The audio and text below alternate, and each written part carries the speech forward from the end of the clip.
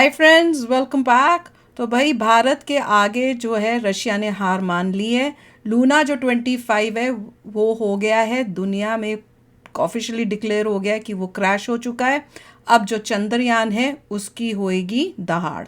तो चलो वीडियो शुरू करते हैं। वीडियो शुरू करने से पहले अगर आप चैनल पर नए हो और आपने अभी तक सब्सक्राइब नहीं किया तो जल्दी से पहले सब्सक्राइब के बटन और बेल आइकन को क्लिक कर लो ताकि आपको हमारे सारे न्यू वीडियोस के नोटिफिकेशन मिल जाएं जैसे हम अपलोड करें। अगर आपको वीडियो पसंद आता है प्लीज लाइक एंड शेयर। चलिए शुरू करते हैं। इससे एक लर्निंग मिलती है पूरे वर्ल्ड को। कोई कभी भी आप जो है ना जल्दी में काम मत जल्दबाजी करो, मत करिए। बिल्कुल मत करो कि ये कहने की कोशिश कर रहे हो कि भाई आप रिकॉर्ड तोड़ो, आप पहले पहुंचो, उससे गड़बड़ी होती है। अपना आराम से काम करो, अच्छी तरह करो, पूरा रिसर्च करके फिर भेजो ताकि सक्सेस मिले। क्योंकि देखो ये एक और एग्जांपल है कि जिसमें आपने जल्दी में काम करा और इतनी बड़ी बुरी न्यूज़ सुनने को मिल रही है पूरी दुनिया को। तो चलो वीडियो शुरू करते हैं। वीडियो शुरू करने से पहले अगर आप चैनल पर नए हो और आपने अभी तक सब्सक्राइब नहीं किया तो जल्दी से पहले सब्सक्राइब के बटन और बेल आइकन को क्लिक कर लो ताकि आपको हमारे सारे न्यू वीडियोस के नोटिफिकेशन मिल जाएं जैसे हम अपलोड करें। अगर आपको वीडियो पसंद आता है प्लीज लाइक एंड शेयर। चलिए शुरू करते हैं।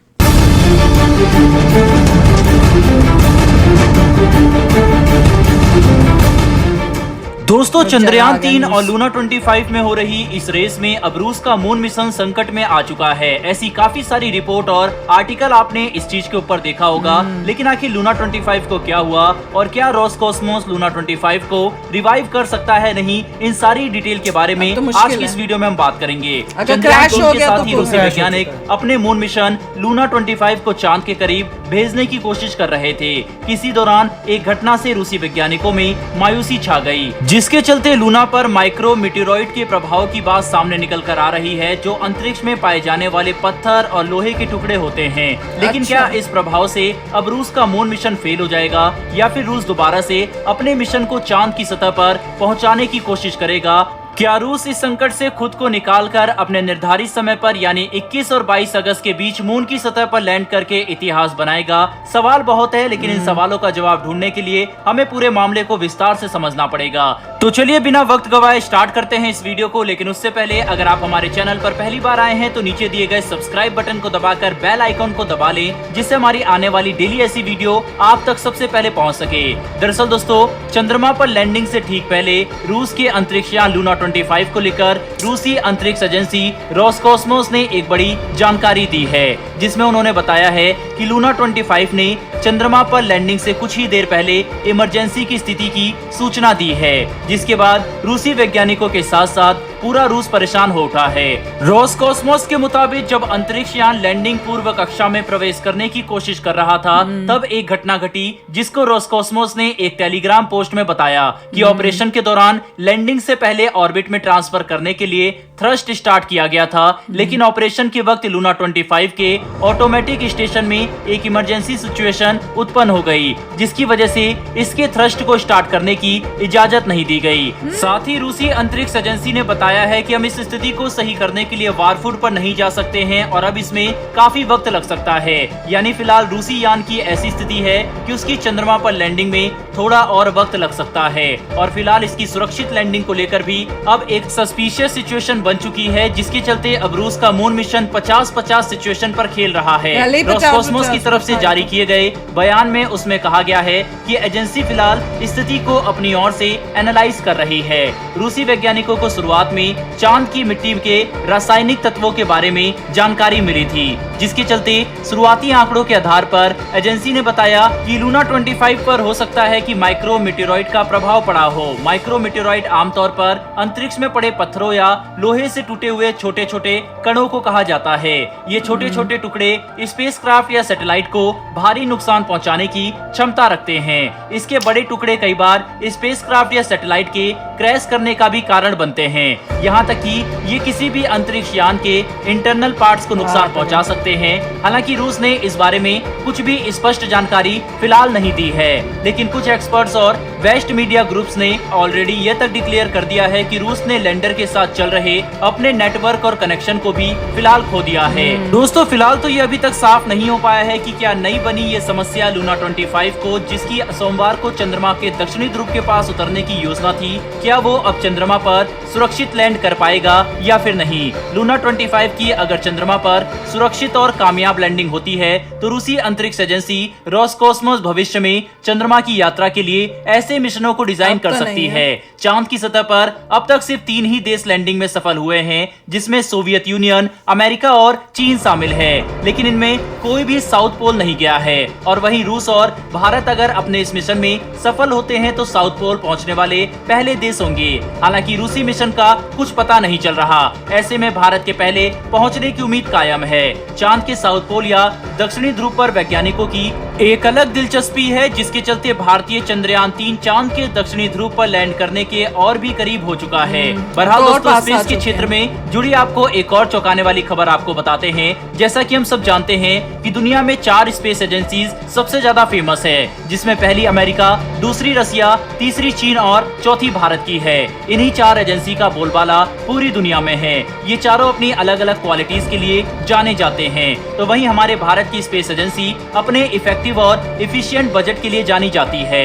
आपको बता दें कि बाकी की 3 एजेंसी जहां अपने एक मिशन को लॉन्च करने के लिए हजारों करोड़ से ज्यादा का बजट रखती है, तो वहीं हमारे भारत की स्पेस एजेंसी 500 से 600 करोड़ में पूरा मिशन कंप्लीट कर लेती है, जो बाकी की एजेंसी के मुकाबले 30 से 50% कम है। साथ ही साथ फिलहाल भारत के जो यान का वजन होता है वो भी काफी ज्यादा होता है, और वहीं अगर भारत स्पेस में भेजने वाले अपने यान के वजन को और घटा ले तो इसका बजट और भी काफी कम किया जा सकता है। दोस्तों, हाल ही में निकल कर आई ये रिपोर्ट दिखाती है कि भारत की इसरो कम बजट में भी कितने सफल मिशन को अंजाम देती है, जो कि हर भारतीय के लिए काफी गर्व की बात है। और भारत की स्पेस एजेंसी इसरो के लिए कमेंट बॉक्स में इसके लिए जय हिंद तो बनता है। तो देख लो भाई, ये एक एग्जाम्पल है कि slow and steady wins the race. तो जब पहले हो रहा था और ये तेजी से आ रहा था, और जब पता चला था कि भाई ये तो 4 दिन के अंदर ही अपना पूरा मिशन ही कंप्लीट करके लैंड भी हो जाएगा, तो कितना हम लोग परेशान हो रहे थे। तो आप लोग भी कमेंट्स में लिख रहे थे कि भाई slow and steady wins the race. ये एक परफेक्ट एग्जांपल हुआ कि स्लो एंड स्टडी, क्योंकि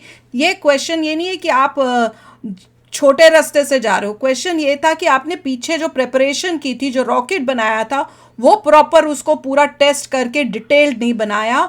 उस वहाँ पे आपने हड़बड़ी करके भेजने की कोशिश की, और यहाँ पर जब मौका था, सबसे क्रूशियल टाइम था कि उसने अपना ऑर्बिट में घुसना था, वहाँ पे पंगा हो गया। और उसमें लग रहा है कि जो भेजा या जो भी था वो उस अपने ऑर्बिट की जगह वो उससे थोड़ा डिविएट हो गया, और वो डिविएट होने की वजह से वो जो है उसका सिग्नल गायब हो गया, सब हो गया, और वो क्रैश हो गया मून के ऊपर ही।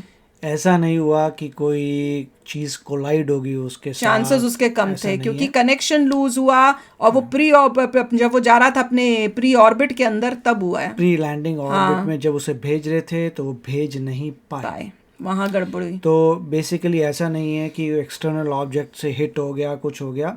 उन्होंने खुद कोशिश किया कि नेक्स्ट स्टेप उनका था कि प्री लैंडिंग ऑर्बिट में डालिए और लैंड कर जाइए। प्री लैंडिंग ऑर्बिट में डाला है तो वो मनूवर सही नहीं हुआ। एक ही मनूवर सही नहीं हुआ, तो वो उस ऑर्बिट में सही तरीके से नहीं गया ही नहीं। जब वो उस ऑर्बिट में सही तरीके से नहीं गया तो उसने दूसरा ऑर्बिट लिया, वो सीधा हिट कर गया मून की सरफेस पे। अभी तक तो ये न्यूज़ आई है कि एक्चुअली वो क्रैश हो चुका है मून की सरफेस पे, क्योंकि प्री लैंडिंग मनूवर सही तरीके से नहीं हुआ। उन्होंने कहा भी था उसमें कुछ पार्ट्स थे यूरोप के जो लास्ट मिनट में निकालने पड़े, क्योंकि सैंक्शंस लग गए। तो यूरोप के बाद उन्होंने अपने पार्ट्स लगाए और कुछ स्किप भी कर दिए जिनको लगा कि एक्स्ट्रा पार्ट है, इसकी ज़रूरत नहीं है। तो उसके बाद वो वर्ल्ड को दिखाना चाहते थे कि सैंक्शंस के बावजूद भी हम जो हैं अपने लूना 25 को लेके जाएंगे, लैंड करेंगे, तुम्हें दिखाने के लिए सबसे पहले हमें रोक नहीं सकते। वो ये दिखाना चाहते थे वर्ल्ड को, तुम हमें रोक नहीं सकते। करने की कोशिश में उन्होंने तुम्हारे सैंक्शन से कुछ नहीं होगा, हमें जो काम करना है करेंगे। अनफॉर्चुनेटली प्रॉब्लम आ गई है और वो लैंड हो गए, परंतु लूना 26 और लूना 27 भी उनके ऑलमोस्ट रेडी हैं। अब उसमें वो ध्यान करें, उसको प्रॉपर चेक करें, ताकि ये जो है सिचुएशन फिर से नहीं हो। और अब जो है सबकी नजरें होंगी हमारे चंद्रयान 3 पे, क्योंकि अब वो बनाएगा वर्ल्ड रिकॉर्ड, और वो हमने बड़ी शांति से, मेहनत से, सब चेक चुक करके हमने किया। और सोमनाथ जी ने पहले ही कह दिया था, देखो एक एग्जैक्टली बना हुआ है तरीका, हम तो उसी वक्त ही हमें लैंड करना है, जिसको जो करना करता रहे, हम उसी वक्त लैंड करें। क्यों? क्योंकि हम चाहते हैं सुबह सुबह मून के पहुंच जाए जहां पे सनलाइट आ रही हो, जिससे हमें पावर मिले अपना कार्य क्योंकि कर पहले सकें। हमें एक दिन के लिए, लूनर एक दिन के लिए जो अर्थ के 14 दिन की इक्वल है, बस उतना ही करना है। तो हमारा कोई चेंज नहीं होगा प्लान, जो प्लान है उसके हिसाब से हम जाएंगे। और इससे सारी दुनिया को ये सीख मिलती है, इंडिया की तरह करो, वैसी सोच रखो, वैसी करो, तभी सक्सेस मिलेगी। अगर कंपटीशन करने की कोशिश करोगे, जल्दी करने की कोशिश करोगे, हबड़ा दबड़ी करोगे, तो मिशन का फेल होने के चांसेस बहुत हाई हो जाते हैं। तो चलो फ्रेंड्स, चलते हैं, मिलेंगे नेक्स्ट वीडियो में बहुत ही जल्द। Till then take care and bye bye. तो अगर आप मेरे इस चैनल पे नए हो तो जल्दी से सब्सक्राइब के बटन को हिट करो और बेल आइकन को क्लिक करो, ताकि आपको मेरा जब नया वीडियो मैं लगाऊं, आपको उसके बारे में जल्दी से पता चल जाए।